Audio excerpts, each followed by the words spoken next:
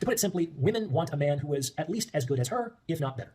And better, of course, is how women choose to define it, because it's for the cat to decide which milk is good.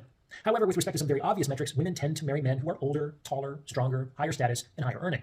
And here's the rub. If women are outperforming most men, and women continue to date hypergamously, then voila.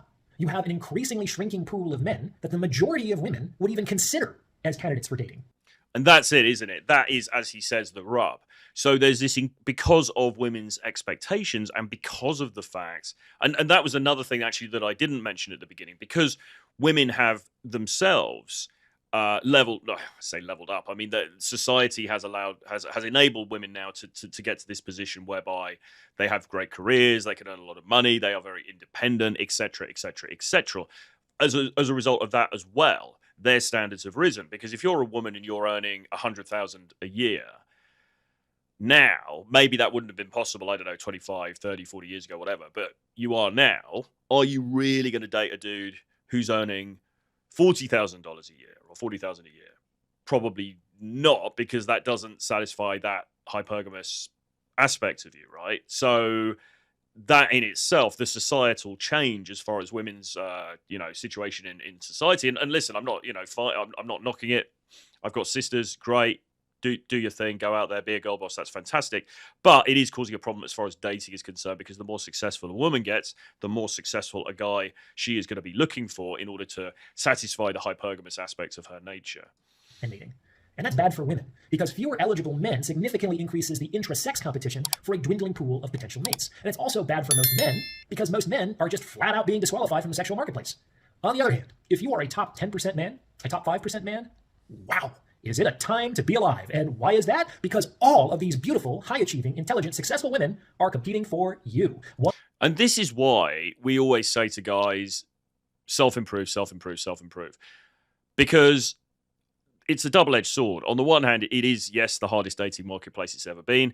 But on the other hand, if you are able to transcend and you are able to get into a tier, or at least to be perceived to be in a high tier as far as men are concerned, which isn't really that fucking hard when you look at some of the competition, then actually there is a lot of abundance out there, okay? So this is why this self-development message is pushed so much. This is why people, Fresh and Fit and myself on this show, we were talking about this yesterday, actually, in regard to the Casey Zander video, and there's a nuance to this, because you've also got to have that riz, you've got to have that charisma, etc., etc.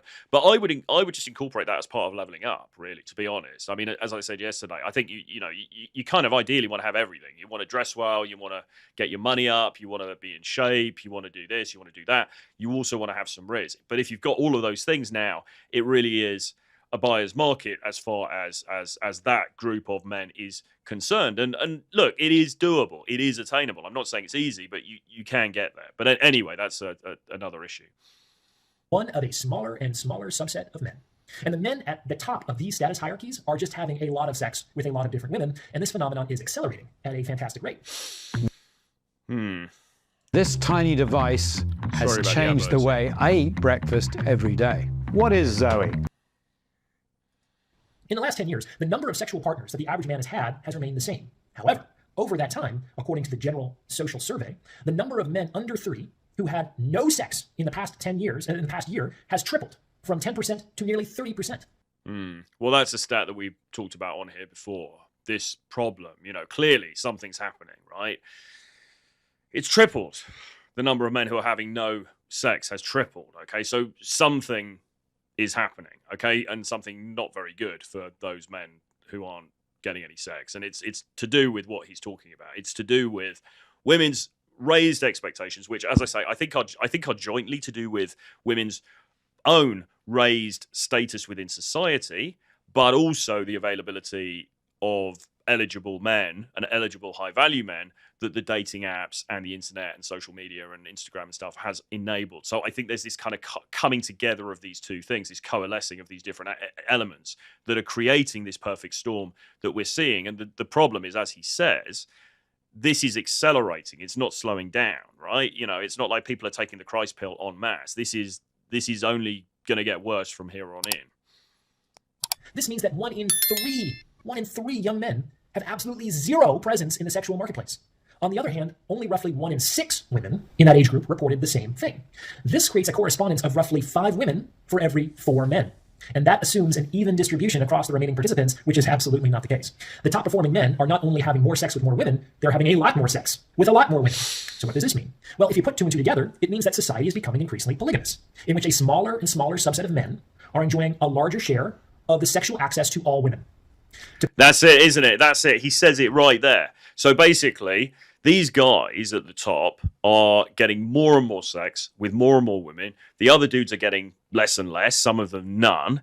And in effect, de facto, what that means is we are becoming more and more polygamous as a society. Okay, nobody planned, well, you can get your tinfoil hats out and get into the conspiracy theories, but nobody planned it, right? It wasn't this intentional thing.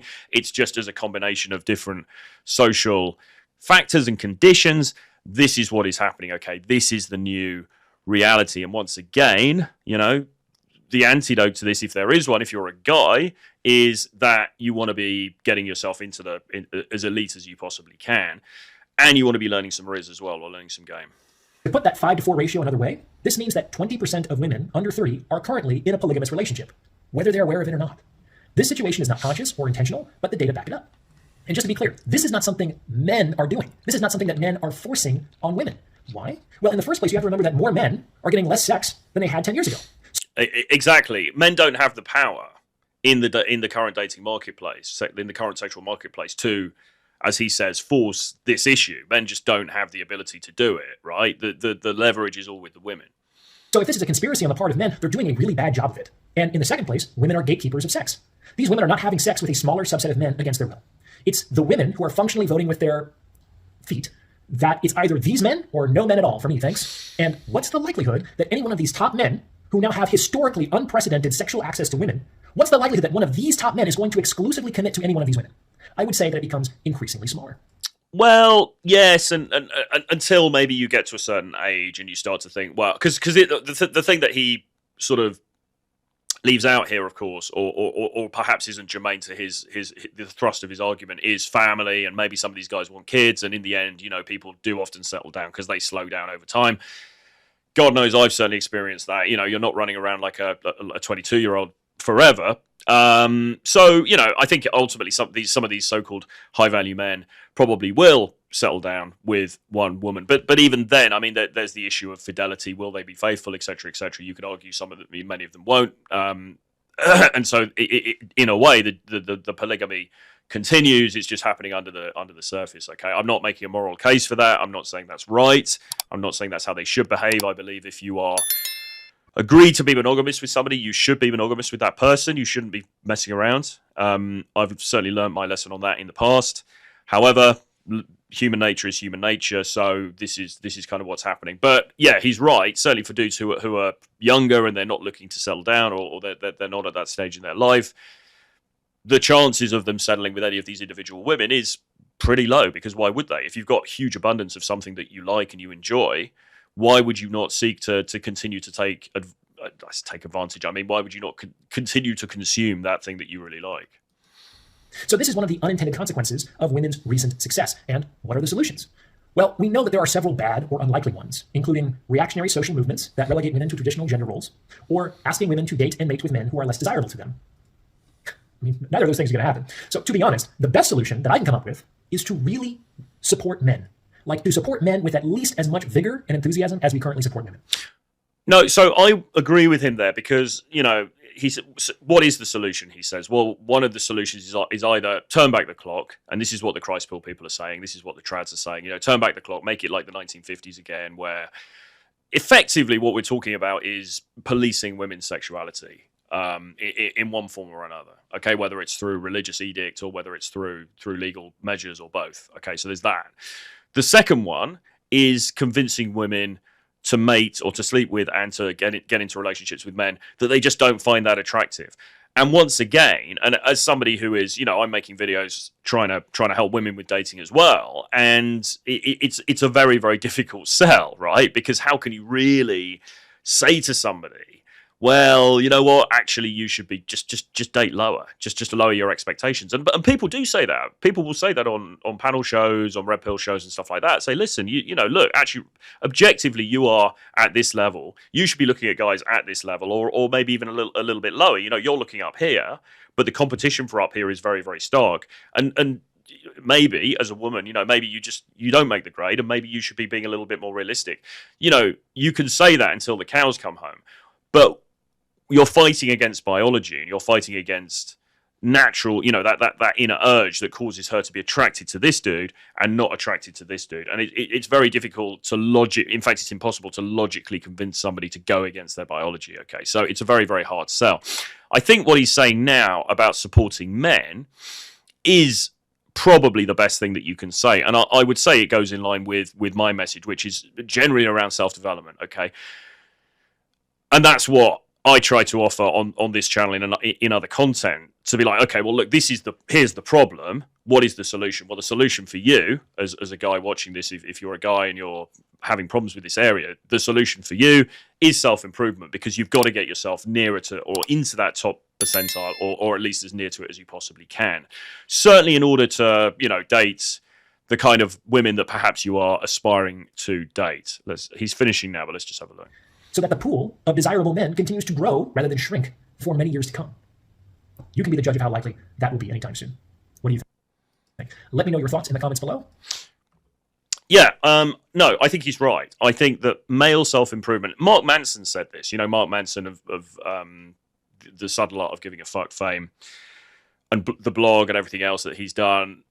Somewhere he says the only dating advice really is self-improvement and relentless self-improvement. That's really the only valid dating advice that there is. And overall, I would agree, because the better that you can make the product, okay, the fundamentals, then the more likely you are to get up into that more elite level, and the more desirable you're going to be seen by more women. Now, once again, this stuff is nuanced, it's complicated, it's not as straightforward as it seems. It may appear now I'm contradicting yesterday's stream when we were talking about, okay, yeah, but you also need this X factor, you need this Riz, blah, blah, blah, blah, blah. But I'm not contradicting that, because as I said yesterday, I believe you need both. I think that you need to level up in all of these different areas that he's talking about, which are basically looks maxing, you know, working on your fashion, working on your style, working on your money, fitness, blah, blah, blah, blah, blah. You should be doing all that stuff, but also you need to understand human interactions, you need to understand female psychology, you need to understand game, you need to understand applied charisma, and so on and so forth. Okay, so you need all of this stuff. Now that sounds like a tall order, and you know, maybe it is, but it's doable. It's doable. It's not impossible. It just means that it requires a bit of work and it requires a bit of persistence, but you can do it.